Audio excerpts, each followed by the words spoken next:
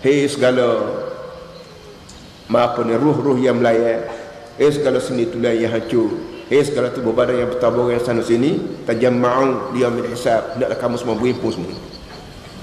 Benda ni tak ada dalam sains. Dalam pengajian sains baik sains apa sekalipun tidak ada. Kerana sains ni pemikiran kita manusia. Bagaimana nak buat ubat, bagaimana nak buat peluru, bagaimana nak buat bola, bagaimana nak buat rumah, bagaimana nak cari duit. Ini semua ni kerja-kerja sains. Jadi kita guna akal fikiran kita. Benda akan berlaku, benda begini ni bukan luar daripada kebolehan sains, luar daripada kebolehan otak manusia. Tuhan tahu manusia tak reti bagian ni. Kalau tidak aku kira Nabi.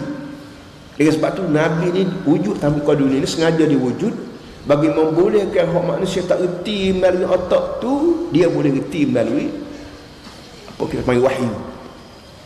Bila mari wahyu dari langit mencerita pada Nabi masing-masing itu kau itu dan ini, maka termasuklah masalah kiamat, masalah hidup balik.